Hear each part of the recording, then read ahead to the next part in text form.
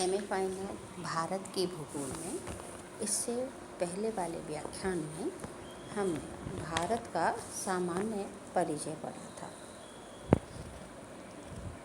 आज हम एशिया में भारत की स्थिति के महत्व के बारे में अध्ययन करेंगे। मैं डॉक्टर सुनंदा भंडारी, सह आचार्य, राजकीय महाविद्यालय टुमकुर।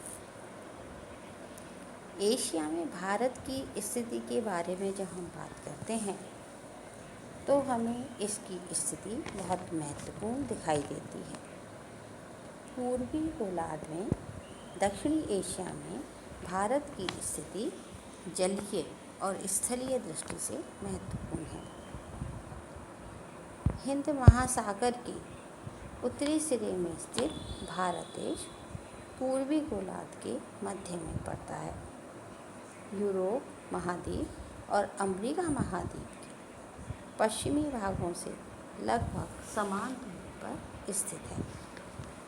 पूर्वी देशों से पश्चिम की ओर तथा पश्चिमी देशों से पूरब की ओर जाने वाले प्रमुख व्यापारिक मार्ग भारत से होकर जाते हैं। मानचित्र में भी आपको भारत की स्थिति दिखाई दे रही है। यही नहीं, अनेक अंतर्राष्ट्रीय वायु मार्ग और सामुद्रिक मार्ग इसकी सीमा से या इसके तटीय भाग से होकर निकलते हैं।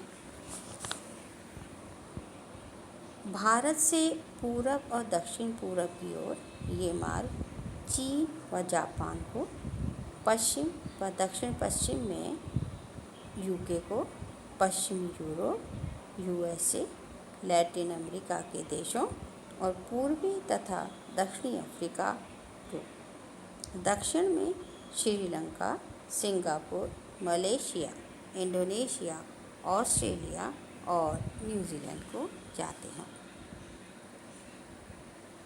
स्वेज नहर के निर्माण के बाद, जो कि स्वेज नहर भूमध्य सागर और लाल सागर को जोड़ती है, भारत का महत्व और अधिक बढ़ गया, क्योंकि इसके द्वारा पश्चिमी यूरोपीय देशों और भारत के पश्चिमी तटीय बंदरगाहों की भी लगभग 4,800 किलोमीटर की दूरी कम हो गई, जिससे समय व ईंधन दोनों की काफ़ी बचत हुई है। जैसा कि आप मानचित्र में भी देख पा रहे हैं कि भारत की स्थिति एशिया के अन्य देशों की तुलना में कितनी महत्वपूर्ण है। स्वेज नहर और मलक्का जल संयोजक के कारण दक्षिण एशिया में भारत की अंतर्राष्ट्रीय व्यापारिक मार्ग के संदर्भ में महत्व बढ़ गया है।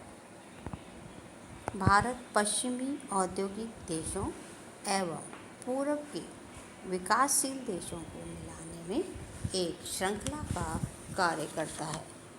साथ ही विकसित एवं विकासशील देशों से निर्मित और कच्चे माल का आयात निर्यात करने की सुविधा प्रदान करता है।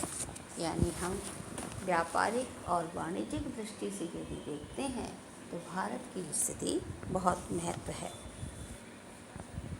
भारत की महत्वपूर्ण स्थिति के कारण ही अतीत काल से ही भारत का संपर्क तत्कालीन संपूर्ण सभ्य विश्व से था। उस समय प्रमुख व्यापारिक स्थल मार्गों का केंद्र भारत ही था। वर्तमान में वायु मार्ग की दृष्टि से भी भारत की स्थिति उत्तम कही जा सकती है। पश्चिमी देशों से चीन, जापान, इंडोनेशिया और ऑस्ट्रेलिया को जाने वाले वायुयान भारत से होकर ही निकलते हैं। दिल्ली, मुंबई, चेन्नई, कोलकाता आदि अंतर्राष्ट्रीय महत्व के हवाई अड्डे हैं। भारत के दक्षिण में स्थित हिंद महासागर का नाम भी हिंद महासागर होना इस बात का प्रमाण है कि भारत का महत्व अन्य देशों की तुलना में अधिक है। दक्षिण एशिया के 3 बड़े प्रायद्वीप अरब, हिंद, चीन में सबसे बड़ा है और इन दोनों के मध्य स्थित है और सामुद्रिक स्थिति से भी अपना महत्व रखता है। भारत न केवल अपनी महत्वपूर्ण स्थिति के कारण बल्कि दक्षिणी और दक्षिण पूर्वी एशियाई देशों से भौगोलिक, सामाजिक, आर्थिक दृष्टि से भी संबद्धता रखते हुए आकार की विशालता और विविधता के कारण एक उपमहाद्वीप के रूप में भी जाना जाता है। उत्तर और उत्तर पूर्व में एक मजबूत प्राकृतिक दीवार के रूप में हिमालय स्थित है, लेकिन इसके मध्य स्थित दर्रों से मंगोल भारत आए और बौद्ध धर्म चीन, कोरिया, जापान और मध्य एशिया तक फैला। इस प्रकार भारत लंबे समय से विविध रूपों में दक्षिण और दक्षिण पूर्वी एशिया से जुड़ा हुआ है।